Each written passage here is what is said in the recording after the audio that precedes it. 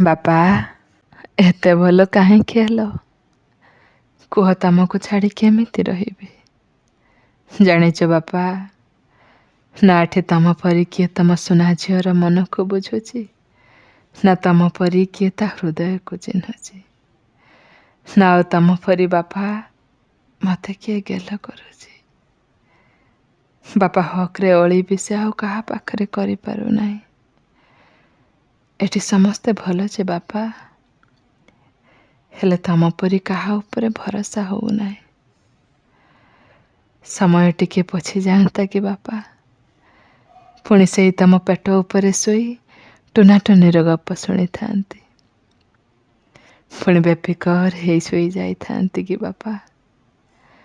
ଯୋଉଠିକି ଗଲେ ବି ବାପା, ସେଇ ତମ ହାତ ଧରି ଯିବାକୁ ଭାରି ଇଚ୍ଛା ହେଉଛି। ବାପା, ମୁଁ କାହିଁକି ବଡ଼ ହେଲି? କାହିଁକି ତମଠାରୁ ଦୂରକୁ ଗଲି?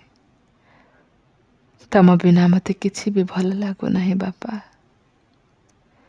ବାପା ତମେ କାହିଁକି ଏମିତି କହିଲ?